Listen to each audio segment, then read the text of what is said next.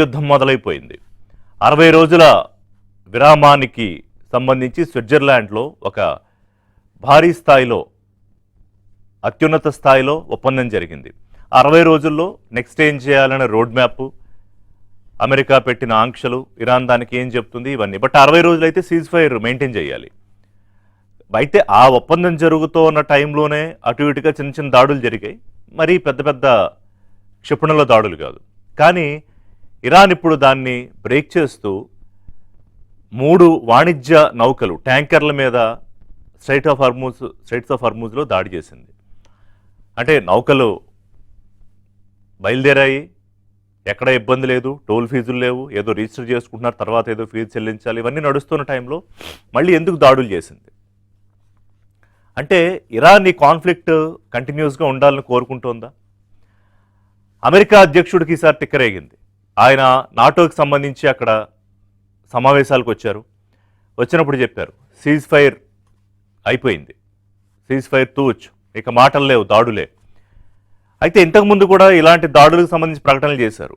అర్ధరాత్రి బేకర్ దాడులు చేయబోతున్నాం, కర్గాయ్ లాంటి స్వాధీనం చేసుకుంటామని. ఇది ఎలా అయిపోయిందంటే ఆవు పులి కథలా అయిపోయింది. ఇంతకుముందు కూడా చెప్పారు కదా జరుగుతుందిలే అని. కానీ నిన్న అర్ధరాత్రి దాటిన తర్వాత నిజంగానే భీకర దాడులు చేశారు. బందర్ అబ్బాస్, అలాగే చాబర్ పోర్ట్ సిటీస్ ఇవి, వీటి మీద 80 టార్గెట్స్ పెట్టుకుని విరుచుకుపడింది అమెరికా. ఇందులో చాబర్ పోర్ట్ గురించి చెప్పుకోవాలంటే మనకి పెద్ద దెబ్బ ఇది చాబర్ పోర్ట్. ఎందుకంటే మనకి పాకిస్తాన్తో సంబంధం లేకుండా బైపాస్ చేస్తూ ఇటు గల్ఫ్ నేషన్స్ అండ్ ఆఫ్ఘనిస్తాన్ నుంచి ట్రేడ్కి చాలా కీలకమైన పోర్ట్ చాబర్ పోర్ట్. అక్కడ భారీ పెట్టుబడులు కూడా పెట్టాం మనం. సో ఇప్పుడు ఆ చాబర్ పోర్ట్, ఆ పోర్ట్ సిటీ అంతా మొత్తం దగ్ధమైపోయిన పరిస్థితి. ఎందుకని ఈ సీజ్ ఫైర్ ఉల్లంఘన జరిగింది? ఒకవైపు యుద్ధం నుంచి బయటికి రావాలని అమెరికా కోరుకుంటోంది. ఇంతకుముందు మనం అనేకసార్లు అనుకున్నాం ట్రంప్కి అంతర్గతంగా ఒత్తిడి పెరిగిపోయింది. విత్ ఇన్ ద పార్టీ ప్రతిపక్షాల్లోంచి కూడా ఈ యుద్ధం మనకేం సంబంధం అని చెప్పి గొడవ మొదలైంది. అలాగే మరోవైపు యుద్ధం మీద అధికారాలు లేకుండా అక్కడ సెనేట్ తీర్మానం చేసింది. అంటే ట్రంప్ తనకు తానుగా నిర్ణయాలు తీసుకోవడానికి లేకుండా. మరోవైపు ఇరాన్ ఫ్రంట్ లైన్ లీడర్షిప్ అంతా కొలాప్స్ అయిపోయింది. ఫిబ్రవరి 28 అంటే ఇప్పటికి సరిగ్గా వెనక్కి ఒక 130 రోజులు 140 రోజుల మధ్యలో ఫిబ్రవరి 28న మొదటి దాడి. అమెరికా, ఇజ్రాయెల్, ఇరాన్పై సంయుక్త దాడి. ఆ దాడి లక్ష్యం ఏంటి? ఇరాన్ దగ్గర అణు సామర్థ్యాన్ని కొలాప్స్ చేయాలి, వాళ్ళు అణ్వాయుధాలు తయారు చేసే సామర్థ్యాన్ని లేకుండా చేయాలి. అలాగే బ్యాలిస్టిక్ మిసైల్స్తో పాటు అనేక అతిపెద్ద క్షిపణి వ్యవస్థ ఉంది ఇరాన్ దగ్గర, దాన్ని దాదాపుగా కొలాప్స్ చేయాలి.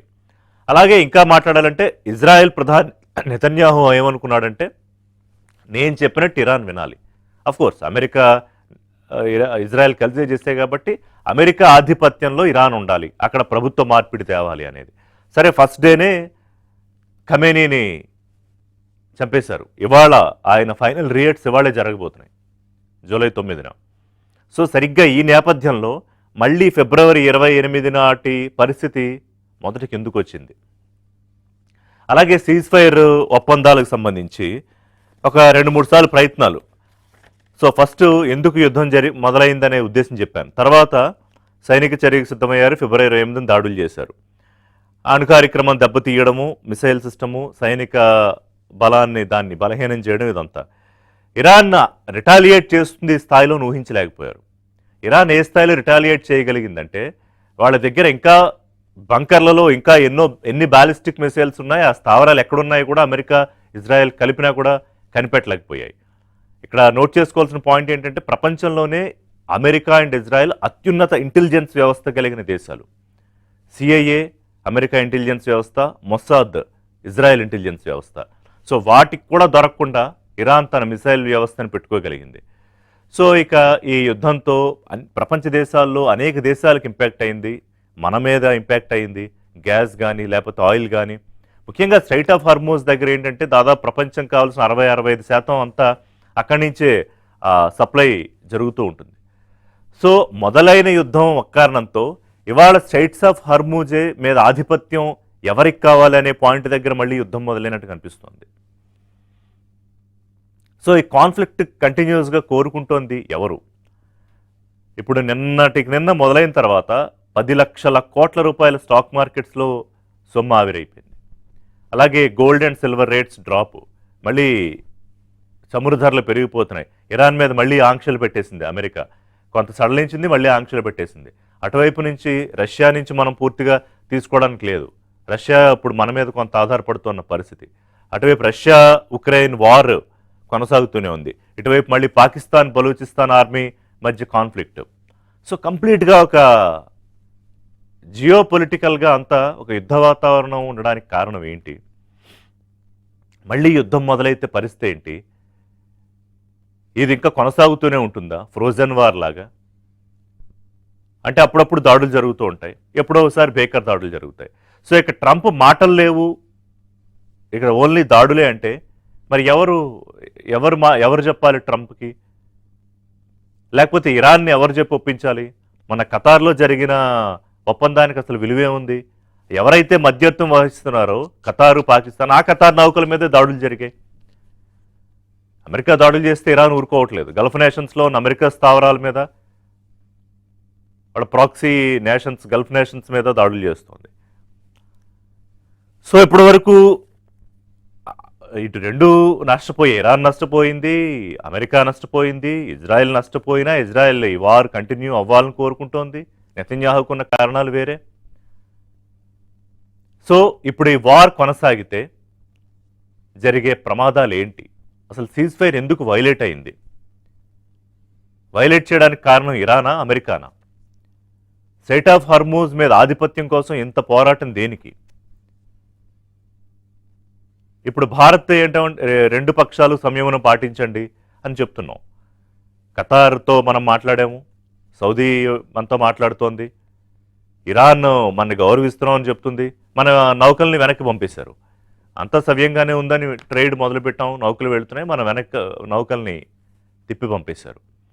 అంటే మాటలకి చేతలకి పొంతం లేదు.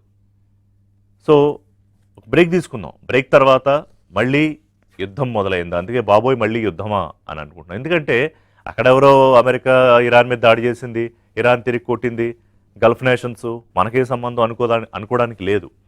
దాని ఇంపాక్ట్ పరోక్షంగా అందరి మీద పడింది.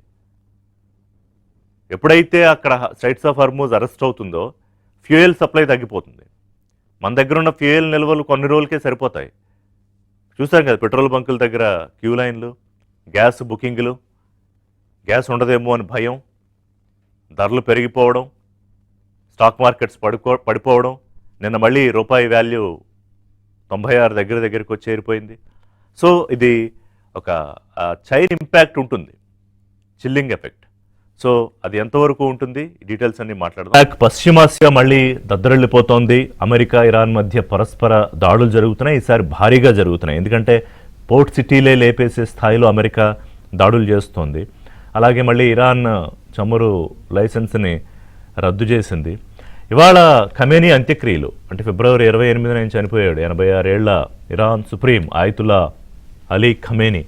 నిన్నంతా ర్యాలీలు జరిగాయి, అక్కడ వాతావరణం అంతా చాలా గంభీరంగా ఉంది. సో ఇవాళ అంత్యక్రియలు. ఈ నేపథ్యంలో మళ్ళీ ఫిబ్రవరి 28 నాటి దాదాపుగా అలాంటి యుద్ధ వాతావరణం. ఏంటి కారణం మాట్లాడదాం. మనతో పాటు డాక్టర్ పెంటపాటి పుల్లారావు గారు, సీనియర్ పొలిటికల్ అనలిస్ట్, విదేశీ వ్యవహారాల నిపుణులు జాయిన్ అవుతున్నారు. అలాగే సంజయ్ పులిపాక్ గారు, foreign affairs expert, retired army అధికారి లెఫ్టినెంట్ జనరల్ కేఆర్ రావు గారు. జనరల్ కేఆర్ రావు గారు గుడ్ మార్నింగ్ సార్. సంజయ్ గారు, పుల్లారావు గారు గుడ్ మార్నింగ్ అండి. నమస్తే అండి, గుడ్ మార్నింగ్. సో రావు గారితో మాట్లాడతా. రావు గారు, ఈ మనం అనేక సందర్భాల్లో మాట్లాడుకున్నాం కదా, ఈ యుద్ధం మొదలైన తర్వాత అసలు అంటే మోటో ఆఫ్ ది వార్ అది నెరవేరిందా, నెరవేరలేదా, మళ్ళీ యుద్ధం ఆపుతానని ట్రంప్ ఎందుకు అన్నాడు, మళ్ళీ సీజ్ ఫైర్లు. సో వాళ్ళ సిచ్యుయేషన్ ఏంటంటే ఇక మాటలు లేవు, మాట్లాడుకోవడాలు లేవు, దాడులే. వాళ్ళు నా వెనకాల పడుతున్నారు డీల్ కోసం, బట్ వాళ్ళు నమ్మకస్తులు కాదు, దుర్మార్గులు, అణ్వాయుధం ఉంటే వేసేసేవాళ్ళు అంటున్నారు ట్రంప్. సో మళ్ళీ స్క్వేర్ వన్కి వచ్చిందా ఇవాళ పరిస్థితి? యాక్చువల్లీ ఫస్ట్ యుద్ధం ఇంకా ముగుస్తుందని నేను అనుకోను. ఎందుకంటే యుద్ధం ఎప్పుడు ముగుస్తుందంటే ఒక సంధికి వచ్చాక, ఒక ఎంఓయూ అవనివ్వండి, అగ్రిమెంట్ అవనివ్వండి, అకార్డ్ అవనివ్వండి, రైట్. అది ఒప్పుకుని రెండు దేశాలు ఏ అయితే యాక్చువల్ యుద్ధంలో ఉన్నాయో ఎప్పుడైతే ఇద్దరికీ అది సమ్మతం అవుతుందో అప్పుడు యాక్చువల్ గా మనం చెప్పగలం ఓకే యుద్ధం ముగిసిందని. ప్రస్తుతం ఉన్న పరిస్థితుల్లో అయితే నేను అనుకోవటం అలా జరగలేదు ఒకటి. రెండోది ఎంఓయు కూడాను ఏదైతే ఎంఓయు సంతకం పెట్టారో అది కూడాను ఒక ఫోర్స్ గా జరిగినట్టుగా అయిపోయింది టోటల్. ఏమిటంటే యునైటెడ్ స్టేట్స్ ఇందులో చిక్కుకుంది. బేసిక్ జరిగింది ఈ పరిణామాలు కంప్లీట్ జరిగిన దాంట్లో ఇజ్రాయెల్ ఫస్ట్ నేను ముందుకు చెప్తాను, ఇజ్రాయెల్ యునైటెడ్ స్టేట్స్ ని ఒక బేవకూఫ్ లాగా చేసింది. తన స్వలాభం కోసం ఖచ్చితంగా లోపల లాక్కుంది. స్వలాభం ఏంటి? ఇరాన్ ఆ రీజన్ లో పవర్ గా ఉండకూడదు, రీజనల్ పవర్ గా ఇజ్రాయెల్ కొనసాగాలి అన్న ధ్యేయం వాళ్ళది. రెండో ధ్యేయాలు వదిలేయండి, నెతన్యాహు ఉన్న పరిస్థితులు అయ్యి మనం వదిలేద్దాం. అందరికి తెలిసిందే అక్టోబర్ లో ఏం జరుగుతుందో, ఎలక్షన్స్ ఏం జరుగుతుందో, ఆయన కోర్టు కేసు ఏం జరుగుతుందో ఇవన్నీ ఒక పని. So so Israel basic aim ఏంటి? ఇరాన్ పైకి రాకూడదు. కానీ యుఎస్ ఇందులో చిక్కుకున్నాక యునైటెడ్ స్టేట్స్ కు చాలా లేట్ గా రియలైజ్ చేసింది. అక్కడ అన్నిటికన్నా పెద్ద పొరపాటు జరిగింది. వియట్నాం లో జరిగింది, ఆఫ్ఘనిస్తాన్ లో జరిగిన తర్వాత. కానీ పొరపాటు తెలుసుకున్నాక, కానీ అదృష్టం ఏంటంటే అంత విపరీతమైన క్యాజువాలిటీస్ అవ్వకుండానే పొరపాటు తెలిసింది. కానీ ఇలా పొరపాటు తెలిసినప్పుడు అప్పటికేంటి మనం యుద్ధం ఎంతవరకు కొనసాగిందంటే ముందుకు వెళ్ళాలా, ముందు నుయ్యి వెనక్కి అంటామే, ఆ స్థితిలో పడింది యునైటెడ్ స్టేట్స్. కనుక ఎలాగలాగా మన ఒక గౌరవం దక్కించుకుని బయటపడాలన్న ఇది. ఎందుకంటే అమెరికన్ ప్రెసిడెంట్ లో దేశంలో ఉన్న ప్రెషర్స్ అవ్వకుండా విపరీత ప్రెషర్స్ ఉన్నాయి ట్రంప్ మీద.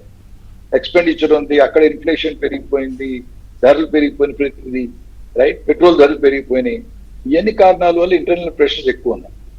రెండోది తనకి ఎక్స్ట్రా లెట్స్ అబౌట్ 200 బిలియన్స్ అడిగారు.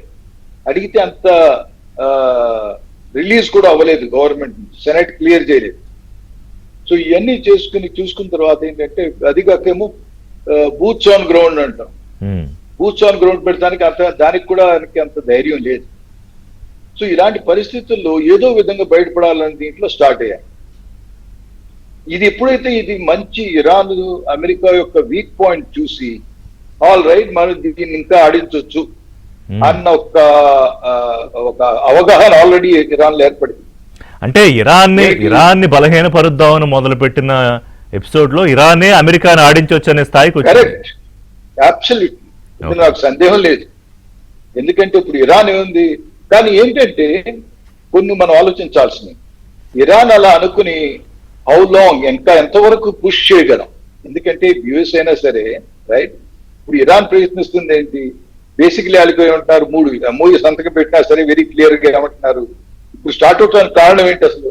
కారణం వల్ల బేసికలీ ఆ హార్ముజ్ స్ట్రెయిట్స్ అందులో షిప్పింగ్ తన సొంతం ఉండాలి, తన కంట్రోల్లో ఉండాలి, ట్రాన్సిట్ ఫీ పే చేయాలి రైట్.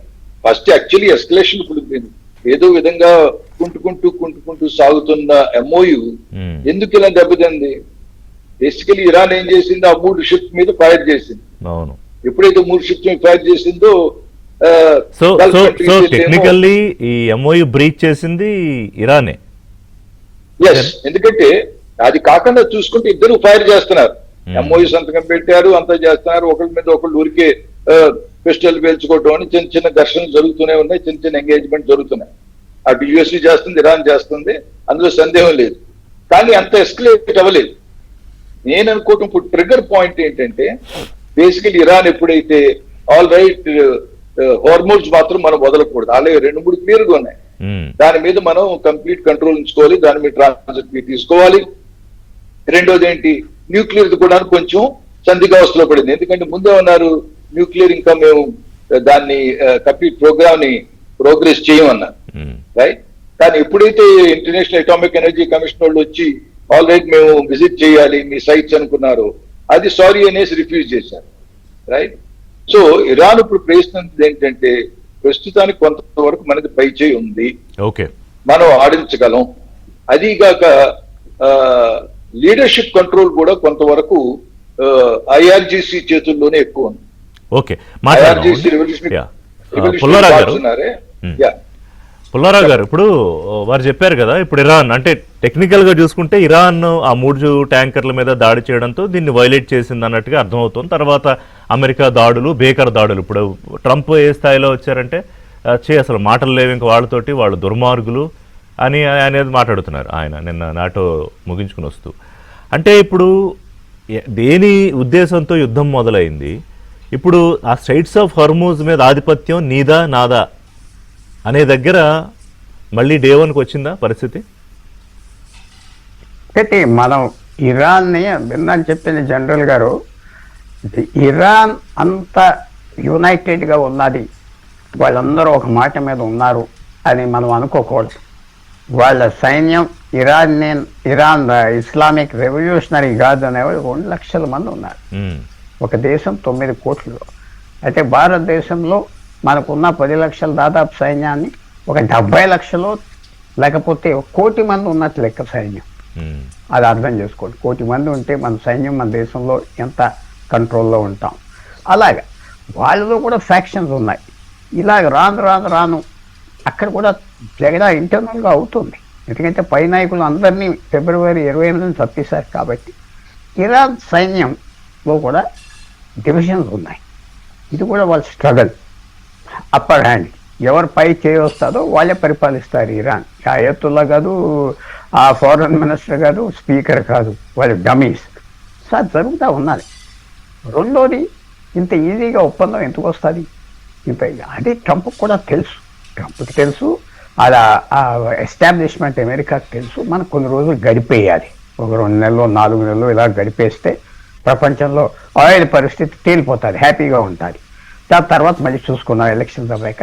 అది తెలుసు వాళ్ళకి తెలియలేదు. వాళ్ళు ఏదో మంచోళ్ళు అయింది. ట్రంప్ నిన్న టర్కీ నుంచి ఇరాన్ బోర్డర్లో ఉన్న దేశం, ముస్లిం దేశం నుంచి ఇష్టం వచ్చినట్టు తిట్టేశాడు ఇరాన్. ఎంత సైకలాజికల్గా డ్యామేజ్ ఉన్నది ఇరాన్ మీద. వాళ్ళు ఎన్ని మాటలు చెప్పినా, ఎంత గొప్ప చెప్పినా, ఇతను చేయబోయే పని వాళ్ళు చేస్తారు తిరిగి. కానీ ఎవరు డ్యామేజ్ ఎక్కువైపోతారు? రేపు బాంబు చేస్తే, పూర్తిగా మళ్ళీ బాంబు చేస్తే, హార్బర్స్ గీర్బర్స్ బాంబు చేస్తే ఇరాన్ కూలిపోతుంది. అది వాళ్ళకి ఇరానియన్స్కి తెలుసు.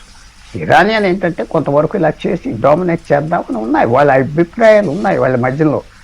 సో అందువల్ల మనం అంటే ఒక ఫ్యాక్షను, మీరు అన్నట్టుగా ఒక ఫ్యాక్షను ఈ ఒప్పందం జరగాలని కోరుకోవడం లేదు అనుకోవాలా? 100%. తర్వాత హలో ఆ 2 లక్షల మధ్యలో ఏ ఫ్యాక్షన్ పైకి వచ్చేస్తుంది? ఏ ఫ్యాక్షన్? ఇలా ఎక్కడైతే మిలిటరీ కంట్రోల్ పూర్తిగా ఉన్నాయి దేశాలు ఉన్నాయో ఒకళ్ళ మీద ఒకళ్ళు జరిగి ఎవెన్చువల్గా తీసేస్తారు. అది లిబియా అవునే, అల్జీరియా అవునే, ఆఫ్రికన్ దేశాలు అవునే కొన్ని రోజులు పరిపాలిస్తారు. తర్వాత ఇంకో ఫ్యాక్షన్ ఆర్మీ నుంచి వీడేంటి పరిపాలిస్తున్నా తోసేస్తారు సాధారణంగా. ఆ ఫైట్ జరుగుతూ ఉన్నది ఇరాన్లో. తర్వాత ఇరాన్ చేసిన తప్పు ఏమిటంటే ఈ అగ్రిమెంట్కి ఒప్పేసుకుందామని నాటకం ఆడి 2-3 సంవత్సరాలు వెళ్ళిపోతే మళ్ళీ ఎవరు ముట్టుకునేది లేదు. పాకిస్తాన్ ఏం చెప్తుంది ఇరాన్కి? కాగితమే కదా, సంతకం పెట్టాయి, నీకు కావాల్సినవన్నీ వచ్చేస్తాయి. 2-3 సంవత్సరాల తర్వాత ట్రంప్ ఉంటాడా? పోతాడు. ఆ ఐడియా ఇచ్చారు. అప్పుడు ఇరాన్ అది ఒప్పుకోలేదు. ఇది మళ్ళీ తర్వాత ముంచేస్తారని జెనీవా, స్విట్జర్లాండ్ తర్వాత ఖతార్ కొంచెం పెద్ద మనిషిలాగా మధ్యలో వచ్చింది కదా. ఆ మధ్యలో వచ్చింది. వాళ్ళు నమ్మలేకపోతున్నారు. పాకిస్తాన్ అమెరికన్స్ కూడా నమ్మలేకపోతున్నారు. వచ్చేయండి వాళ్ళు మాట్లాడటానికి వస్తున్నారంటే వాళ్ళు రావట్లేదు. అలాగా చేసిన పాకిస్తాన్ ఖతార్ కలిపారు. సో తప్పకుండా ఇరాన్, మనకు సింపుల్గా చెప్పాలంటే ఇరాన్ చేసింది ఏంటంటే హార్మోన్స్ స్టిల్స్ అండ్ ఇంపార్టెన్స్ రోజు రోజుకి తగ్గిపోతుంది. మీరు గమనించి ఉంటారు, నిన్న మొన్న గత వారం రోజుల్లో ఇంటర్నేషనల్ ప్రెస్, మీడియా అన్ని చదివేది ఏంటంటే కొత్త సోర్సెస్ వచ్చేస్తున్నాయి. కెనడా నుంచి, అమెరికా నుంచి, సౌత్ అమెరికా, వెనజువెలా నుంచి ఆయిల్ కొత్త సోర్సెస్ నుంచి వచ్చినాయి. యుద్ధం ఫిబ్రవరి 28 స్టార్ట్ అయినప్పుడు ప్రతి గొప్పవాడు ఏమన్నాడు? $200 అయిపోతుంది అన్నాడు. ఆయిల్ 250 అవుతుంది అన్నాడు, 300 అవుతుంది అన్నాడు. అవిందా? 110 కేజీ తగ్గిపోయింది. ఈవేళ కూడా తగ్గి ఉన్నది, కొద్దిగా పెరగవచ్చు. కొత్త ఆయిల్ వచ్చేస్తాం. రోజు హార్మోన్స్ ఇంపార్టెన్స్ పోతుంది. కొత్త పైప్ లైన్స్ వేస్తున్నారు. సో ట్రంప్కి తెలియదర్థం కాదు. వాళ్ళు కూడా పెద్ద ఎస్టాబ్లిష్మెంట్ అమెరికాకు ఉన్నది. ప్రతి విషయం ఆలోచిస్తారు. వాళ్ళకి ఎన్నో థింక్ ట్యాంక్స్ ఉన్నాయి. అవన్నీ లేవనుకుని ఏదో సింపుల్గా ట్రంప్ ఇలా మాట్లాడాడు, ట్రంప్ కూడా సైకలాజికల్గా ఇరాన్ని డ్యామేజ్ చేస్తున్నాడు. ఇవాళ మళ్ళీ బాంబు చేశాడు. వాళ్ళు ఏం చేస్తారు? మళ్ళీ చేస్తాడు. మళ్ళీ వాళ్ళు అడుక్కుంటున్నారు, బెగ్ చేస్తున్నారు, అయ్యా మేము వస్తాం మీ దగ్గరికి అంటున్నారు. అవి సైకలాజికల్గా తక్కువ అంచనా వేయద్దు. అంటే ఇంతకుముందు కూడా చెప్పాడు కదా, ఇప్పుడు ఆయన మాటలు ఎలా అయిపోయాయంటే ఆవు పులికి అదలా అయిపోయాయి. బాంబింగ్ చేస్తానంటే చేస్తాడేమో, చేయడేమంటే చేయడేమో. ఇప్పుడు వాళ్ళే నన్ను బెగ్ చేస్తున్నారు అంటారు, వాళ్ళేమో మేమేం అడగలేదు అసలు, మమ్మల్ని అమెరికా అడుగుతుంది ఇరాన్ అంటుంది. కరెక్ట్. అది మ్యాడ్ మ్యాన్ థియరీ అంటారు. మ్యాడ్ మ్యాన్ అంటే పిచ్చోడు, ఏదైనా చేసేస్తాడు. ఏం చేస్తాడో ఎవరు గమనించలేకపోతున్నారు, ఏం చేస్తారో ఎవరు చెప్పలేకపోతున్నారు. ఆయన వైస్ ప్రెసిడెంట్ వాన్స్ ఇరానియన్స్ పక్కన మాట్లాడుతున్నాడని దేశం అంతా అమెరికాలో పొక్కారైపోయింది. దేశం అంతా ఇరానియన్స్ చెప్పింది వింటున్నాడు, ఇరాన్తో కొంచెం దగ్గరగా ఉన్నాడని ఆ సాక్ష్యం కూడా ఉన్నది అక్కడ. ఈవేళ ఆయన కూడా ఇరాన్ తిరుగుతున్నాడు, ఎందుకంటే అందరూ ఆయన మీద పడిపోతున్నారు, నువ్వేమి అగ్రిమెంట్ పెట్టావని. సో ట్రంప్కి అది తెలుసు. ట్రంప్ వైస్ ప్రెసిడెంట్ కూడా ఒక గంట తగ్గించాలి, వీడు నన్ను మొదలు సపోర్ట్ చేయలేదు అని అవన్నీ ఉన్నాయి. మీరు ఒకటే సింపుల్ పాయింట్ చెప్తున్నాను సార్, ట్రంప్నే అండర్ ఎస్టిమేట్ చేయొద్దు. ఓకే. రెండు, మనకి భారతదేశం వ్యూ బట్టి నేను ఎప్పుడూ చెప్తున్నా, ఇది మనకి మంచి కాదు చెడ్డ కాదు. మనమేం పెద్ద ఇక్కడ పెట్రోల్ పంపులు ఏమీ ఆగిపోలేదు కదా, ఏమో మీరు చెప్పండి. అత హడావిడి చేశారు. చాబహార్ పోర్ట్ మీద అటాక్ మనకి నష్టం కదా, అది 5 రోజులు వారం రోజుల్లో ఫిక్స్ చేస్తారు. అది ఆఫ్ఘనిస్తాన్కి నష్టం, మనకేం నష్టం. వాళ్ళు ఇంకా ఉక్కిరిబిక్కిరి అవుతారు. వాళ్ళు అది సెట్ చేస్తారు, అది పెద్ద విషయం లేదు.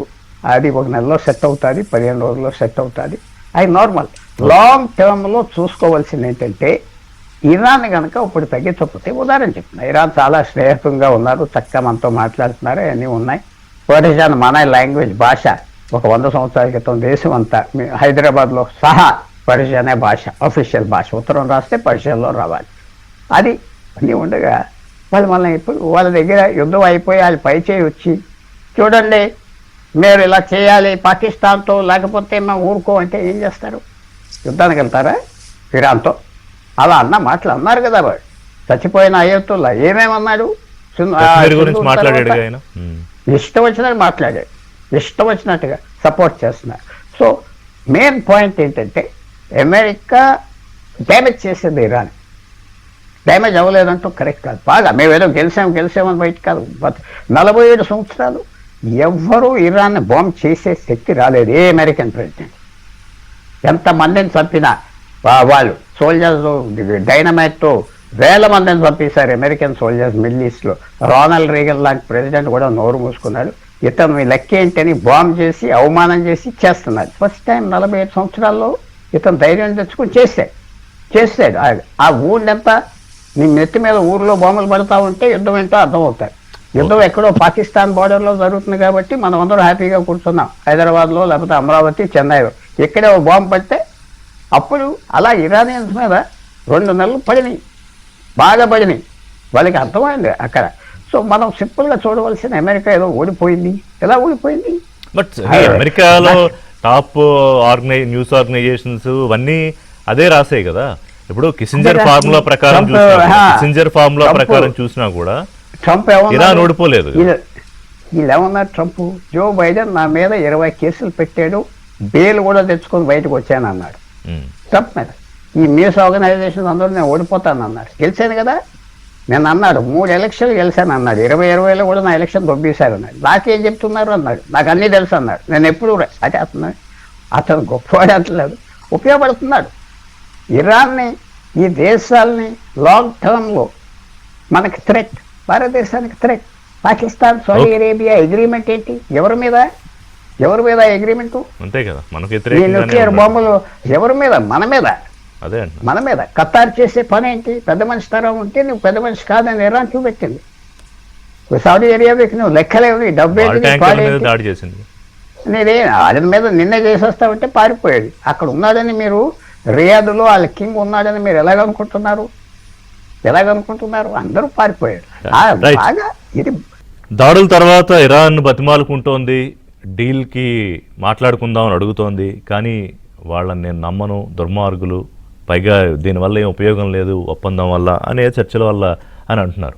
దాంతోపాటు సంజయ్ గారు, ట్రంప్ ఇంకొకటి ఏమన్నారంటే, వాళ్ళ కిల్ లిస్ట్లో నేనున్నాను, నన్ను చంపడానికే ఇరాన్ ప్రయత్నం చేస్తోంది అన్నారు. బహుశా ఈ యుద్ధం మొదలైన తర్వాత ఇదే ఫస్ట్ టైం అనుకుంటా ట్రంప్ ఈ మాట అనడం. సో ఇప్పుడు ఇది ఎలాంటి మలుపు తిప్పుతుంది యుద్ధాన్ని? లేదా who is operating this war? అంటే ఎవరు దీన్ని ఆపరేట్ చేస్తున్నారు కరెక్ట్గా చెప్పాలంటే? థ్యాంక్స్ అండి ముందుగా ఈ ప్రోగ్రామ్ కి ఇన్వైట్ చేసినందుకు. అలాగే తోటి ప్యానలిస్ట్ అయినటువంటి జనరల్ కేఆర్ రావు గారికి, తర్వాత పుల్లారావు గారికి నమస్తే అండి. ఆంధ్రజ్యోతి, ఏబిఎన్ ఆంధ్రజ్యోతి ప్రేక్షకులందరికీ నమస్కారం అండి. మీరు చూసినట్టయితే కనుక ఈ యుద్ధం అన్నది February 28th స్టార్ట్ అయింది. ఆ తర్వాత మనం చూసాం June 17th మనకి మెమరాండమ్ ఆఫ్ అండర్స్టాండింగ్ ఒప్పుకోవడం జరిగింది. ఏ శాంతి చర్చలు తర్వాత కాల్పుల విరమణ గురించి June 17th నాడు ఇది సైన్ చేయటం జరిగింది. అయితే ఈ మెమరాండమ్ ఆఫ్ అండర్స్టాండింగ్ ఏదైతే సైన్ చేశారో June 17th అందులో ఉన్న ఒక ముఖ్యమైన పాయింట్ మీద ఈ ఇరాన్ కానీ అమెరికా కానీ చాలా విభేదిస్తున్నాయండి. ఒకటి పాయింట్ ఏంటంటే పాయింట్ నెంబర్ 5 లో వాళ్ళు ఏం చెప్పారంటే Iran will make arrangements using it's best efforts for safe passage of commercial vessels for a period of 60 days without charge అని చెప్పడం జరిగిందండి. అంటే దాంతో ఏమంటున్నారంటే ఇరాన్ ఈ కమర్షియల్ వెజల్స్ ఏవైతే ఉన్నాయో హర్మూజ్ జలసంధి నుంచి వెళ్లే ఏర్పాట్లు చేస్తుంది అన్నారండి. అన్న తర్వాత ఆ సెంటెన్స్ ఒకటి ఇరాన్ తీసుకుని అంటే స్ట్రైట్స్ ఆఫ్ హర్మూజ్ బాధ్యత నాదే కాబట్టి ఎవరన్నా స్ట్రైట్స్ ఆఫ్ హర్మూజ్ లోంచి వెళ్తూ ఉంటే 60 రోజుల పాటు వాళ్ళు నాకు చెప్పాలి, నేను చెప్పిన మార్గంలో వెళ్ళాలి అని ఇరాన్ వాదిస్తోందండి. కానీ అదే 5th పాయింట్ లో ఈ సెంటెన్స్ తర్వాత కొన్ని పాయింట్స్ వస్తాయండి. ఏముంటది? సేఫ్ ప్యాసేజ్ అంటే ఏంటంటే ఈ మైన్స్ ఏవైతే పెట్టారో సీ మైన్స్ పెట్టింది కదా ఇరాన్, అవన్నీ తీసి షిప్స్ ని వెళ్లేట్టు చేయటము. ఆ తర్వాత 60 రోజుల తర్వాత ఒమాన్ తో సంప్రదింపులు జరిపి దీన్ని ఎట్లా ముందుకు తీసుకెళ్లాలి అని ఉందండి. అయితే ఇరాన్ తనకు కావాల్సిన సెంటెన్స్ అది తీసుకుంది, మిగతా వదిలేస్తోంది. అమెరికన్స్ మిగతా వాళ్ళు అనేది ఏంటంటే మేము ఎప్పుడైతే ఈ సెంటెన్స్ రాసామో ఇది కేవలం మీరు చెయ్యాల్సిన బాధ్యత గురించి చెప్పాం కానీ మీకు హక్కు లేదు స్ట్రైట్స్ ఆఫ్ హర్మూజ్ మీద అని వాళ్ళు వాదిస్తున్నారండి. ఇటీవల secretary of state Marco Rubio middle east లో పర్యటించినప్పుడు కూడా ఇలా సర్చార్జ్ కానీ ఫీ కానీ వేయటం అన్నది స్ట్రైట్స్ ఆఫ్ హర్మూజ్ మీద, హర్మూజ్ జలసంధి మీద ఇది కనుక ఇక్కడ మనం అలవాటు చేస్తే ప్రపంచ వ్యాప్తంగా ఇటువంటి అలవాటు ఎక్కడ పడితే అక్కడ ఇప్పుడు రెడ్ సీ ఉంది, స్ట్రైట్స్ ఆఫ్ మలక్కా ఉంది, లంబాక్ స్ట్రైట్ ఉంది సౌత్ ఈస్ట్ ఏషియాలో, ఇలా అన్ని జలసంధుల్లో ఎవరు పడితే వాళ్ళు ట్యాక్సులు ఫీలు వేసుకుంటూ వెళ్తే ప్రపంచ ఆర్థిక వ్యవస్థ ఏమవుతుందని ఆయన చాలా క్లియర్ గా చెప్పడం జరిగింది. సో దీని మీద వీళ్ళకి డిఫరెన్స్ ఆఫ్ ఒపీనియన్ ఉంది. ఈ డిఫరెన్స్ ఆఫ్ ఒపీనియన్ అనుకోకుండా వచ్చింది కాదండి, వచ్చి అందరూ ఎక్స్పెక్ట్ చేసిందే. ఇరాన్ ఇట్లాంటిది ఏదో ఒకటి ఒక తిరకాసు పెట్టి అగ్రిమెంట్స్ నుంచి బయటకు వచ్చే ప్రయత్నం ఎప్పటి నుంచో చేస్తూ ఉంటుంది. ఇరాన్ డిప్లొమాటిక్ స్టైల్ అది. సో దాని మీద ఎప్పటి నుంచో నడుస్తుంది. తర్వాత మనం చూసినట్టయితే memorandum of understanding June 17th sign చేసినప్పటి నుంచి దాదాపు అంటే పెద్ద ఘర్షణలు ఇప్పటికి 3 జరిగాయండి. ఒకటి ఇజ్రాయెల్ లెబనాన్ మధ్య మనం చూసాం, కొంత ప్రతిష్టంభన. అప్పుడు ఇరాన్ నేను శాంతి చర్చల్లోంచి వెళ్ళిపోతానని బెదిరించింది, తర్వాత అది తగ్గిందండి. తర్వాత June 26th 28th నాడు కూడా జరిగిందండి. మనం చూసాం పనామా ఒక షిప్ ని అటాక్ చేయటం తర్వాత అమెరికన్స్ రెస్పాండ్ అయ్యారు. ఇప్పుడు July 7th నాడు స్టార్ట్ అయింది. అదేంటంటే ఖటార్, సౌదీ షిప్స్ ఏవైతే ఒమాన్ కోస్ట్ పక్క నుంచి వెళ్తున్నాయో వాటి మీద ఇరాన్ దాడి చేసింది. ఏమని దాడి చేసింది ఇరాన్? ఇక్కడ 2 షిప్పింగ్ లేన్స్ అంటే స్ట్రైట్స్ ఆఫ్ హర్మూజ్ లోంచి వెళ్ళటానికి 2 మార్గాలు ఉన్నాయి. ఒకటి ఇరాన్ కి ఆనుకుని ఉన్నటువంటి నీళ్లలోంచి వెళ్ళటము సముద్రంలోంచి, లేదా ఒమాన్ సముద్రంలోంచి వెళ్ళటం పక్కనే ఉన్నటువంటిది. మీరు ఒమాన్ మార్గం తీసుకోవడానికి లేదు, మా మార్గమే తీసుకోవాలి అని చెప్తోందండి ఇరాన్. ఇరాన్ వాదించేది ఏంటంటే మీరు పాయింట్ నెంబర్ 5 మనం ఇందాక అనుకున్నట్టు మేం కదా రెస్పాన్సిబిలిటీ అని. ఒమాన్ మిగతా అక్కడ గల్ఫ్ స్టేట్స్ కూడా వాదిస్తోంది ఏంటంటే మనం అసలు ఫస్ట్ 60 రోజుల పాటు మీకు ఒక పాత్ర ఇచ్చాము, అందులో ముఖ్యంగా ఇది క్లీనింగ్ చేయటం కోసమే చెప్పాము, సీ మైన్స్ అవి తీసేయటం గురించి. అంత మాత్రాన ఇది మీ ఈ సముద్రం అన్నది మీ టెరిటరీ ఆధిపత్యం కాదు అని క్లియర్ గా వాదిస్తున్నారు. దాని మీద చాలా గొడవ నడుస్తోంది. ఇరాన్ కు వస్తున్న ప్రాబ్లం ఏంటంటే ఇరాన్ ఈ రోజు గెలిచాము యుద్ధం అని చెప్పుకోవటానికి ఉన్నది ఒకే ఒకటండి, స్ట్రైట్స్ ఆఫ్ హర్మూజ్ జలసంధిలోంచి వెళ్తున్న షిప్స్ ని టార్గెట్ చేయటం. అది కనుక లేకపోతే ఇరాన్ నిజంగా యుద్ధం గెలిచిందే అని అందరూ అడుగుతారు. కాబట్టి దాన్ని ఎలాగో అలా పట్టుకుని బాగా ఫైనాన్షియల్ గా కూడా లాభపడాలని చూస్తుంది. అంటే ఇప్పుడు 60 రోజులు ఏ దాడులు చేయకుండా వెయిట్ చేసి ఉంటే తనకి అప్పర్ హ్యాండ్ ఉండదని ఇరాన్ భావించి దాడులు మొదలుపెట్టిందా? ఖచ్చితంగా అండి. 60 రోజుల పాటు స్ట్రైట్స్ ఆఫ్ హర్ముజ్ ని మామూలుగా వదిలేసి ఒమాన్ తర్వాత మిగతా దేశాలు వాటిలో పెద్ద పాత్ర పోషిస్తే, ఇంతకు ముందు లాంటి సిచ్యువేషన్ వస్తే కనుక ఇరాన్ యుద్ధం నుంచి ఏం గెలిచింది, ఏం తీసుకెళ్తోంది కదా? ఏం లేదు. Other than Strides of Hormuz పట్టు తప్పితే, ఇరాన్ కి హర్ముజ్ జలసంధి పట్టు తప్పితే ఇంకా ఏం గెలిచింది? వాళ్ళ న్యూక్లియర్ ప్రోగ్రామ్ అంతా బాంబింగ్ అయిపోయింది, నాయకులు చనిపోయారు, ఎకానమీ బాలేదు. మరి అలాంటప్పుడు ప్రజలకి ఏం చెప్పుకోవాలి? ఇది ఒకటే ఉన్నది, ఒకటే కొన ప్రాణంలాగా మిగిలింది. మిగిలిన పుల్లారావు గారు దీని ఇంపార్టెన్స్ తగ్గుతోంది అన్నారు. స్ట్రైట్ ఆఫ్ హర్ముజ్ అది ఖచ్చితంగా వాస్తవమేనండి. అంటే కొన్నాళ్ల పాటు ఉండొచ్చు, ఒక 5 సంవత్సరాలు లేదా 10 సంవత్సరాల పాటు స్ట్రైట్స్ ఆఫ్ హర్ముజ్ ఇంపార్టెన్స్ ఉండొచ్చు. కానీ మానసికంగా పాలసీ మేకర్స్ మనసులో ఇది ఒక జటిలమైన సమస్యగా తయారవుతుంది. మనం దీనికి ఆల్టర్నేటివ్స్ వెతుక్కోవాలి అని ఆల్రెడీ స్టార్ట్ అవుతుంది. భారత్ తీసుకుంటే గత కొద్ది నెలల్లోనే 40 దేశాల నుంచి మనం ఆయిల్ ఇంపోర్ట్ చేస్తున్నాం అండి. ఎందుకని? హర్ముజ్ జలసంధి నుంచి మనం ఎక్కువ డిపెండ్ అయితే మంచిది కాదు. మనం చూస్తున్నాం పరిణామాలని. హర్ముజ్ జలసంధిలోంచి మనకి 60% మనకు వస్తున్న నేచురల్ గ్యాస్, ఎల్పిజి ఇవన్నీ ఉన్నాయి కదండి. అవి కూడా హర్ముజ్ జలసంధిలోంచి వస్తుంటే మనం ఈ రోజు అమెరికా నుంచి, కెనడా నుంచి పెద్ద ఎత్తున కొంటున్నాం అండి. ఆయిల్ రష్యా నుంచి కొంటున్నాం. అంతేకాకుండా చాలా దేశాల నుంచి కొంటం సాగుతోంది. హర్ముజ్ జలసంధి గొడవ వల్ల ఆయిల్ ధర పెరిగితే మనం వేరే దేశాల నుంచి కూడా కొనుక్కోవచ్చండి. ఎందుకంటే ఆయిల్ మనం ఎందుకు తెచ్చుకుంటున్నాం? హర్ముజ్ జలసంధిలోంచి ఖరీదు తక్కువ, దగ్గర ఉంటుంది కాబట్టి తెచ్చుకుంటున్నాం. అదే కనుక మీరు ఇట్లాంటి ఫీజు, టోల్స్ అనండి, ఏదన్నా అనండి, ఇరాన్ కానీ ఎవరన్నా లెవీ చేస్తూ ఉంటే ఆయిల్ ధర పెరిగితే మనం ఎక్కడి నుంచైనా తెచ్చుకుంటాం. మనకి రష్యన్స్ కొద్ది తక్కువ ధరకి ఇవ్వడానికి సంసిద్ధంగానే ఉన్నారు కదా. సో కాబట్టి లాంగ్ టర్మ్ అగ్రిమెంట్స్ చేసుకోవడానికి మనం సంసిద్ధంగా ఉన్నాం, మనం చేస్తున్నాం. మరోపక్క తీసుకుంటే చైనా అసలు పూర్తిగా ఎలక్ట్రిఫికేషన్ చేసేయాలి ఎకానమీని, మనం ఈ ఆయిల్ గోల్ ఏంటి అని వాళ్ళు స్టార్ట్ అయ్యారండి. అంటే ఇంకో 10 సంవత్సరాల్లో అయిపోతుంది. మనం చూసాం, చైనీస్ ఒక ప్రాజెక్ట్ తీసుకుంటే చేస్తారు వాళ్ళు. సో చైనా లాంటి దేశం కూడా పూర్తిగా ఎలక్ట్రిఫికేషన్ అయిపోయి ఆయిల్ మీద వాళ్ళ డిపెండెన్స్ తగ్గిస్తే హర్ముజ్ జలసంధి యొక్క ఇంపార్టెన్స్ కూడా తగ్గుతుంది. తర్వాత మనం ఇటీవల కాలంలో చూసాం, India, middle east, Europe economic corridor అని ఇండియాను, Gulf countries, Israel, European countries ఒక సంతకం పెట్టాయండి. ఐమెక్ అంటారు దాన్ని. ఐమెక్ ఏంటంటే కొత్త పైప్ లైన్స్ వేయటము, కొత్త ఎనర్జీ కారిడార్స్ వేయటము. దాని కింద సౌదీ నుంచి కానివ్వండి, యునైటెడ్ అరబ్ ఎమిరేట్స్ నుంచి కానివ్వండి, అరేబియన్ సీ కి ఒక పైప్ లైన్ తీసుకొస్తే, అంటే అటువైపు ఉన్నటువంటి ఒమాన్ కే అక్కడి నుంచి మళ్ళీ షిప్స్ లో తీసుకురావచ్చు కదా. సో అప్పుడు హర్ముజ్ జలసంధి యొక్క ఇంపార్టెన్స్ కూడా తగ్గుతుంది. గట్టిగా పట్టుబడితే ఒక కొత్త పైప్ లైన్ ఈ పెద్ద శక్తులన్నీ కలిసి, భారత్ హ్యూమన్ రిసోర్సెస్ ఇవ్వచ్చు, లేదా టెక్నాలజీ, ఫైనాన్స్ జపాన్ నుంచి రావచ్చు, టెక్నాలజీ వేరే దేశాల నుంచి రావచ్చు. ఒక పైప్ లైన్ వేస్తే Saudi Arabia, United Arab Emirates, తర్వాత మిగతా అక్కడ ఉన్నటువంటి ఖటార్, బహ్రెయిన్, వాటి అన్నిటి నుంచి ఒక పైప్ లైన్ తీసుకురావటం ఒమాన్ కి ఎంత కష్టం అండి. 5 సంవత్సరాల్లో చేయలేరా? సో రాబోయే రోజుల్లో కొత్త ఆలోచనలు రాబోతున్నాయి. ఒకటి, స్థానికంగా ఉన్నటువంటి ఎకానమీస్ ని డైవర్సిఫై చేసుకుంటున్నారు, అంటే వివిధ దేశాల నుంచి తెచ్చుకోవటం. ఇలాంటి కొత్త ఐడియాస్ కూడా టేబుల్ మీదకి వస్తున్నాయి. సో ఇప్పుడు ఉన్న పరిస్థితుల్లో ఏదో సామెత చెప్తారు కదా, మూలిగే నక్క మీద తాటికాయ పడ్డట్టు, అట్లాగా ఇరాన్ పరిస్థితి ఇప్పుడు అందరికీ, ఇప్పుడు గల్ఫ్ నేషన్స్ కి, సరే ఇజ్రాయెల్తో ఎలాగూ ఉందనుకోండి, గల్ఫ్ నేషన్స్ తోనూ శత్రుత్వం, ఇటు భారత షిప్పులను ఆపి పైకి గౌరవం, బ్రహ్మాండం అని చెప్తున్నా మన నౌకలు కూడా ఆపారు కదా. సో అందరితో శత్రుత్వం పెట్టుకుని చివరికి ఒంటరిగా మిగిలి ఏం సాధిద్దామని ఇరాన్? అంటే మనం చూసినట్టయితే ఇరాన్ వైఖరి చాలా కాలంగా అలానే ఉంది కదా. 1979 లో ఎప్పుడైతే అక్కడ ఉన్నటువంటి కింగ్ షా, ఇరాన్ షాను పడేసి ఐతుల్లా ఖుమేనీ వాళ్ళు అధికారంలోకి వచ్చారు, ఒక ఇస్లామిక్ రిజీమ్ అధికారంలో వచ్చిందో అప్పటి నుంచి వాళ్ళు ఇంటర్నేషనల్ శాంక్షన్స్ లోనే ఉన్నారంటే.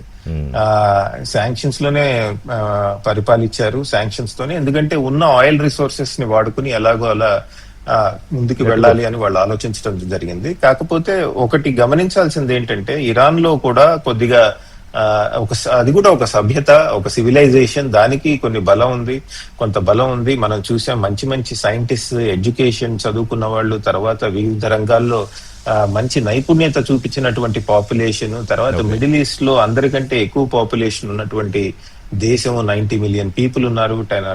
సో కాబట్టి వాళ్ళకున్న రిసోర్సెస్ వాటితో అక్కడ ఉన్నటువంటి ఇస్లామిక్ రిజీమ్ ఆలోచన విధానం వల్ల ఆ దేశం ఎదగలేదు, కానీ లేదా ఎదగటానికి చాలా కండిషన్స్ ఉన్నాయండి. బట్ లాస్ట్ 20-30 ఇయర్స్ గా మనం చూస్తున్నాం కేవలం శాంక్షన్స్ లోనే వాళ్ళు బతుకుతున్నారు.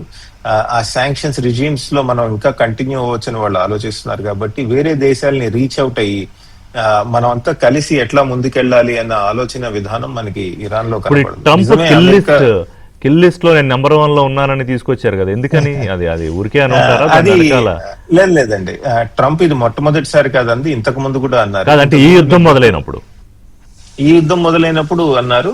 యాక్చువల్లీ తన ఫస్ట్ టర్మ్ లో ఆయన జనరల్ సులేమానీ అని ఐఆర్జీసీ కమాండర్ ని ఇరాక్ లో చంపేశారండి. 2020 అప్పుడు ఆయన ఇంకా అధికారంలో ఉన్నారు. ట్రంప్ ఫస్ట్ టర్మ్ లో జనరల్ సులేమానీని ఇరాక్ లో చంపేయటం జరిగింది. చంపిన వెంటనే అప్పుడు కూడా అన్నారు ట్రంప్, ఇరాన్ నన్ను వదలదు ఈ విషయంలో, ఇరాన్ ఖచ్చితంగా నన్ను కూడా target చేస్తుందన్నారు.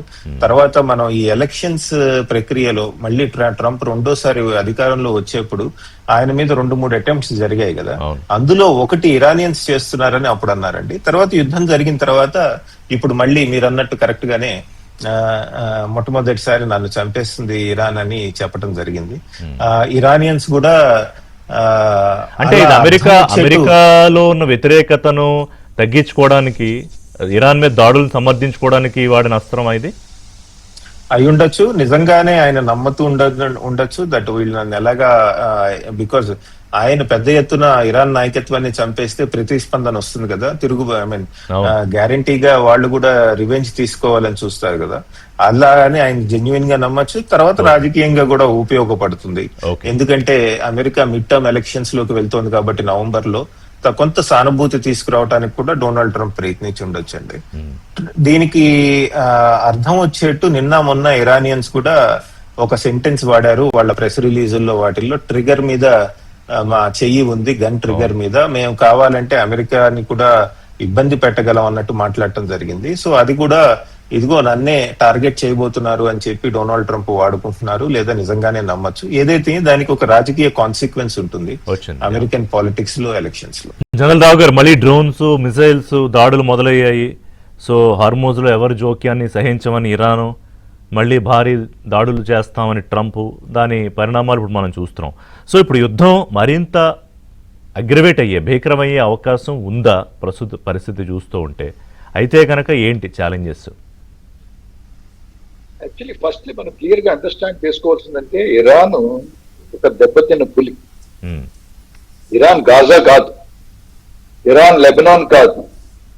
Iran is the country 17th largest country, 6.5 lakh square miles దాని ఏరియా. కనుక ఇప్పుడు మనం సింపుల్ థింగ్ చూడండి, ఆప్ సింధూర్ చేసాం మనం. ఆప్ సింధూర్ చేసిన వెంటనే పాకిస్తాన్ లేని దేశమే ఎక్కడైతే మనం వెళ్ళి ప్లేసెస్ లో కొట్టాం అనుకుంటున్నాం, కానీ ఎప్పుడైతే ధ్యేయం క్లియర్ గా ఉంటుందో పాకిస్తాన్ తిరిగి అక్కడెక్కడ ఇన్ఫిల్ట్రేషన్ మొదలు పెడుతుంది.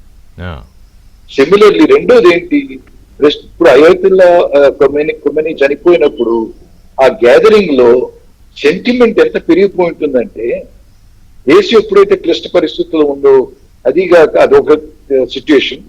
రెండోది అంత పెద్ద లీడర్ ఫ్యూనరల్ ఎంత పెద్ద ఇష్యూ కింద తయారు చేశారంటే సెంటిమెంట్స్ విపరీతంగా పెరిగిపోయింది.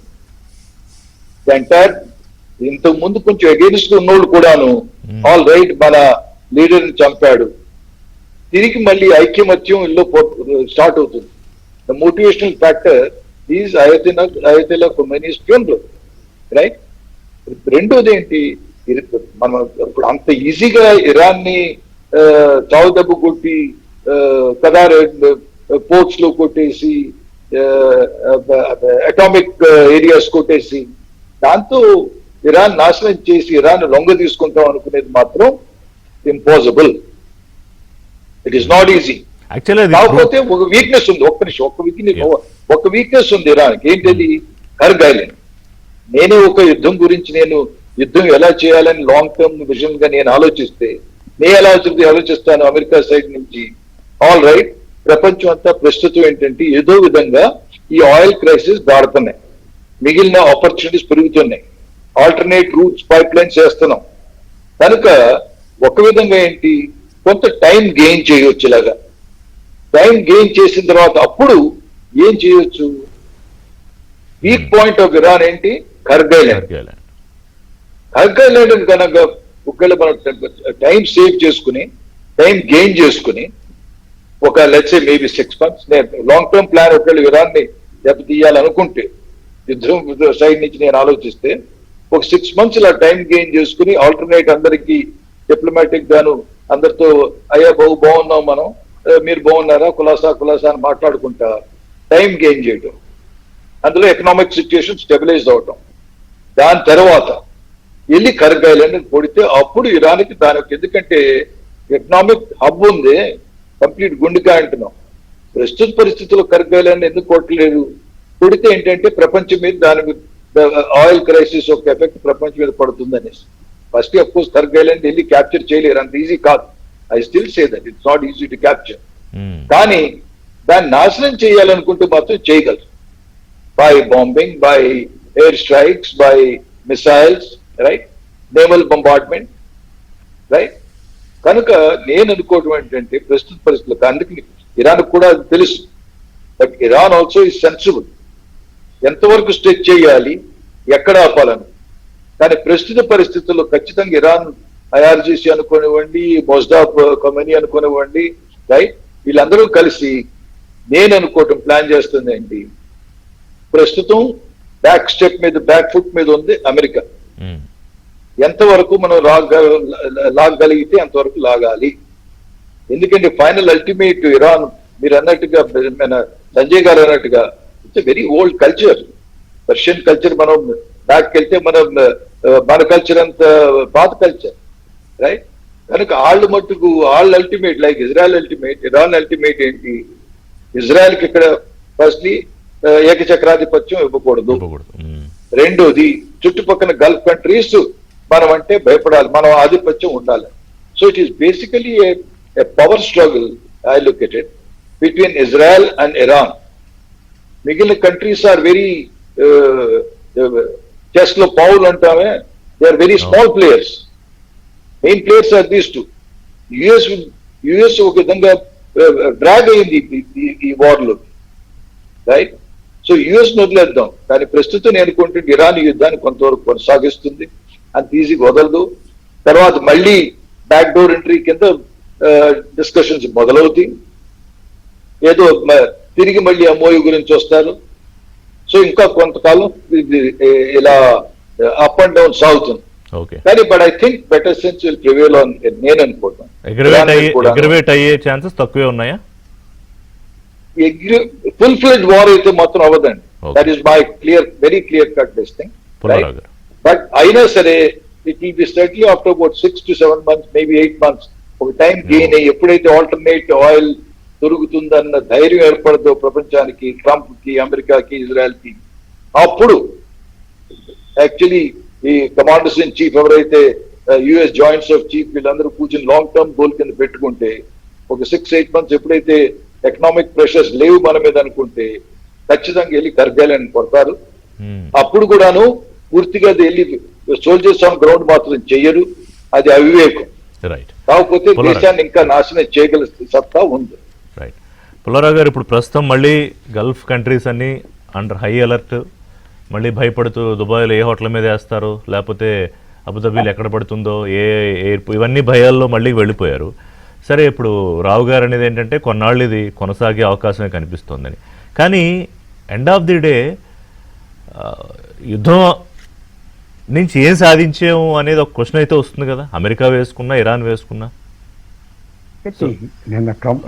ప్రపంచానికైనా ఒక సమాధానం దొరకాలి కదా. ఇది కొన్ని యుద్ధాలకి ఎండ్ ఉండదు, అలా జరగాలి.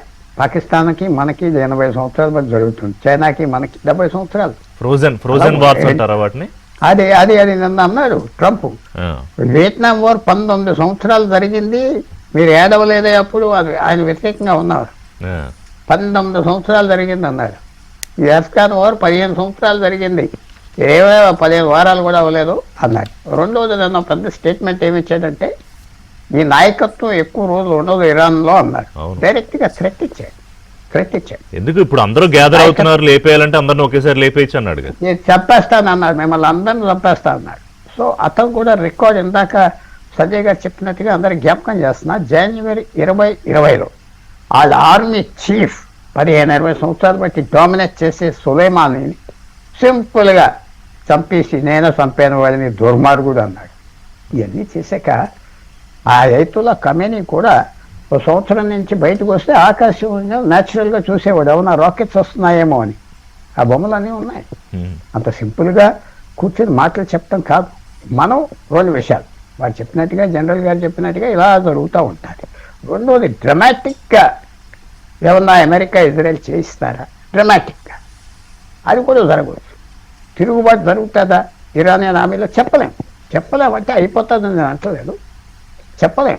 అన్నీ ట్రై చేస్తాను నేను. అది గ్యారంటీగా ఇదంత తొందరగా అవ్వదు. ఎందుకంటే ట్రంప్ అమెరికా ఎస్టాబ్లిష్మెంటు వెనకాల బయట మాట్లాడకపోయిన యూరోపియన్ కంట్రీస్ కూడా ఇరాన్ మీద అటాక్ చేశారు. చిన్న విషయం కాదండి, చిన్న విషయం కాదు, చాలా పెద్ద విషయం. వాళ్ళ మీద ఉన్న చారిస్మా అంతా పోయింది. ఎవరూ అటాక్ చేయలేదు. సరే, వాళ్ళ తర్వాత ఏం చేస్తారు? అరబ్ దేశాలు కూడా నేర్చుకున్నది ఏంటి? వీళ్ళు ఎప్పుడైనా ఇరాన్ మళ్ళీ ఫినిష్ చేస్తుంది, వీళ్ళకి అగ్రిమెంట్ లేదు, పాడు లేదు, ఏం లేదని ఖతార్ లాంటి దేశాలు కఠినంగా, వాళ్ళు ఇస్లామిక్గా ఉండే దేశాలు కూడా ఇరాన్ నమ్మకూడదని ఉంచారు. చాలా పరిణామాలు వస్తాయి, ఎదురు చూద్దాం. ఇది ఆఖరి యాక్ట్ కాదు. ఈ స్టేజ్ మీరు అన్నట్టుగా ట్రోజన్ వారా ఇంకా ఎక్కువగా జరుగుతుందా? జరగవచ్చు. మనం ఎక్కడ ఆగిపోతుందో చెప్పలేం, ఎక్కడి వరకు వెళ్తుందో చెప్పలేం. రేపటితో మళ్ళీ ఇరాన్ సరే కొన్ని సంవత్సరాలు 2 సంవత్సరాలు పీస్ఫుల్గా ఉంటే పోయింది ఏముంది, మనం అంతా బిల్డప్ చేసుకోవచ్చు కదా అని కూడా జరగవచ్చు. లేకపోతే సాయంత్రానికి ట్రంప్ మళ్ళీ ఇంకోటి అనొచ్చు. సరే, ఇంకా నాకు చాలా మంచోళ్ళు, వాళ్ళు ఏదో కోపంగా అన్నాను, కాళ్ళకారానికి వచ్చారు, సరేలే అని ఆపుతున్నానని కూడా అనొచ్చు. ఇంకో చోట కూడా ట్రంప్తో వాళ్ళకు ఉన్న వ్యవహారం అది. ఒక ముస్లిం దేశంకి వచ్చి నిన్న టర్కీ వచ్చి పక్క నేబర్, టర్కీ ఇరాన్ నేబర్, వాళ్ళ మీద బాంబింగ్ ఆర్డర్ ఇచ్చాడు. అవన్నీ అతను ఏంటి, నేను ముస్లిం దేశానికి వచ్చాను క్యూబెట్ కొట్టడానికి, టర్కీకి కూడా వచ్చాడు. వచ్చి అక్కడి నుంచి వాళ్ళతో కలవటం చేయటం, ఆ డివిజన్స్ అన్ని సైకలాజికల్గా చూపెడుతున్నారు. ఇద్దరికి ఇంట్రెస్ట్ ఉన్నాయి, చూద్దాం. సంజయ్ గారు కంక్లూజన్ దాంట్లో అంటే ఇప్పుడు ఇంపాక్ట్ ఆల్రెడీ మొదలైపోయింది కదా, ఆయిల్ మళ్ళీ పెరగడం, సరే కొద్దిగా పెరిగినా కూడా చమురు ధరలు పెరగడం, స్టాక్ మార్కెట్స్ ఎఫెక్ట్ ఇవన్నీ కనిపిస్తున్నాయి. సో ఎట్లా ఉండబోతుంది కంటిన్యూ అయితే? ఒకటి మనం చూసినట్టయితే చమురు ధరలు పెరుగుతున్నాయి, కానీ మరీ ఇంతకు ముందు అనుకున్నంత పెరగలేదు. $72 పర్ బ్యారెల్ నుంచి ఈ రోజు 78 అయింది. మహా అయితే ఇవాళ 80 టచ్ అవచ్చని అంటున్నారండి. కానీ ఒక్కసారి క్వాంటమ్ జంప్ జరగలేదు.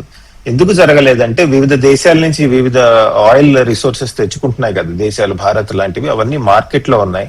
స్ట్రైట్స్ ఆఫ్ హార్మోజ్ ఓపెన్ అయినప్పుడు చాలా మంది అన్నది ఏంటంటే ఆయిల్ మార్కెట్ లో గ్లట్ వస్తుంది, అంటే ఎక్కువ అయ్యి మార్కెట్ అమ్మే వాళ్ళు ఎక్కువై కొనేవాళ్ళు తక్కువ అవుతారా అన్న వాదన కూడా మనం వినటం జరిగింది. సో కాబట్టి వెంటనే పెరగకపోవచ్చు, కానీ అంటే అనూహ్యంగా ఏదన్నా పొలిటికల్ డెవలప్మెంట్, యుద్ధం ఊహించని విధంలో కొత్త దారి పడితే తప్పితే నా ఉద్దేశంలో $100 లోపలే ఉంటుంది కొన్నాళ్ల పాటు అని అనుకుంటున్నా అండి. తెలియదు, చెప్పలేము. బట్ బ్రాడ్ గా వెంటనే పెరగకపోవచ్చు. రెండు, ఈ అడపాదడపా మిజైల్స్ ఇవి ఎక్స్చేంజ్ జరుగుతున్నప్పటికీ స్ట్రైట్స్ ఆఫ్ హార్మోజ్ లో రోజుకి దాదాపు 42 oil tankers, commercial vessels travel చేయడం జరుగుతుందండి. ఇంతకు ముందు తీసుకుంటే, యుద్ధం ముందు తీసుకుంటే అది దాదాపు 100 అట్లా ఉండేది. ఇప్పుడు కనుక తీసుకుంటే దానికి 40 వరకు వస్తుంది ఆయిల్ ట్యాంకర్స్ అవి మూవ్ అవటం అన్నది. ఈ 2 రోజుల యుద్ధం తర్వాత కూడా మళ్ళీ 40-50 ట్యాంకర్లు కనుక మూవ్ అయితే అది మళ్ళీ ఆయిల్ మార్కెట్ ని పెద్దగా నెగటివ్ గా ఇప్పుడు మన మీద డైరెక్ట్ గా ఇంపాక్ట్ ఏమి ఉండకపోవచ్చు కదా, సామాన్యుడి ఎత్తు మీద బాంబులు ఏమి పడవు కదా ప్రస్తుతానికి ఉండకపోవచ్చు. ఎందుకంటే గవర్నమెంట్ ఆల్రెడీ మనం చూసాం, మన గవర్నమెంట్ ట్యాక్సెస్ ఏవైతే ఉన్నాయో అవి తగ్గించింది కదా, తన సొంత ట్యాక్సెస్ తగ్గించుకుంది oil and natural gas resources మీద. తర్వాత గవర్నమెంట్ పెంచింది కూడా చాలా 3% అంతే, 3 రూపీస్ 5 రూపీస్ అలా పెంచడం తప్పితే పెద్దగా పెంచలేదు. ఎందుకంటే మనం చాలా కాలంగా బఫర్స్ అవి డెవలప్ చేస్తున్నాము, తర్వాత మనం పెద్ద ఎత్తున డైవర్సిఫికేషన్ కూడా చేస్తున్నాం. సో దానివల్ల వెంటనే ఇంపాక్ట్ ఉండకపోవచ్చు. తర్వాత ఇదిగో యుద్ధం అయిపోయిందని వెంటనే గవర్నమెంట్ ప్రైసెస్ కూడా తగ్గించలేదు. మీరు అన్నట్టు ఫస్ట్ లో మన మినిస్టర్స్ వాళ్ళు కూడా కాదు, ఇప్పుడే కాదు, కొన్నాళ్ళు ఆగి చూద్దామని చాలా జాగ్రత్త వహించారు. అది కూడా కొంతవరకు మంచిది, ఎందుకంటే కాన్స్టెంట్ ప్రైస్ ఫ్లక్చువేషన్స్ మార్కెట్ లో మూడ్ని చెడగొడుతుంది, అంటే కన్సంప్షన్ ప్యాటర్న్స్ అవి కూడా మారుతాయి. Okay. కాబట్టి అవి కూడా ప్రభుత్వం స్టేబుల్ పాలసీ మెయింటైన్ చేస్తుంది. నా ఉద్దేశంలో ఈ ప్రైస్ స్టెబిలిటీ మెయింటైన్ చేయడానికి గవర్నమెంట్ తన దగ్గర ఉన్న శక్తులన్నీ వాడుతుందని ఇప్పుడున్న పరిస్థితి నుంచి మళ్ళీ ఫుల్ స్టేక్ వార్గా అయితే మారకపోవచ్చా? ఫుల్ స్టేజ్ వార్ అయినప్పటికీ ఆల్టర్నేటివ్ అరేంజ్మెంట్స్ చాలా చేసుకున్నారు కాబట్టి మనం భారత్ కి కొన్నాళ్ళు ఓపిక పెట్టే అవకాశం ఉంటుందండి. కాకపోతే వేరే దేశాలు మనం చూసాం, ఫిలిప్పీన్స్ లో అయితే కనుక వాళ్ళు ఎనర్జీ ఎమర్జెన్సీ డిక్లేర్ చేయడం జరిగింది. తర్వాత మన చుట్టుపక్కల దేశాల్లో కూడా ఆయిల్ క్రైసిస్ వస్తే మనం ఇచ్చామండి, బంగ్లాదేశ్ కి కానీ, శ్రీలంక కానీ, నేపాల్ కి కానీ మనకున్న కొద్ది సరుకులు మనం వాళ్ళతో కూడా పంచుకోవటం జరిగింది. సో ఆ దేశాలకు కూడా ఇబ్బంది అవుతుంది. బట్ ఫుల్ స్కేల్ వార్ అయితే మాత్రం ఎన్నాళ్ళు మన ప్రభుత్వం ఓపిక పట్టి అంటే ఈ లాసెస్ ని అబ్జార్బ్ చేసుకోగలదని మాత్రం చూడాల్సిన అవసరం ఉంది. చూద్దాం ఏ నిర్ణయాలు తీసుకుంటారో, లెట్స్ వెయిట్ అండ్ సీ అండి. థ్యాంక్ యూ జనరల్ రావు గారు, సంజయ్ గారు, పుల్లారావు గారు. ఇది వాళ్ళ బ్రేక్ఫాస్ట్ అప్డేట్స్.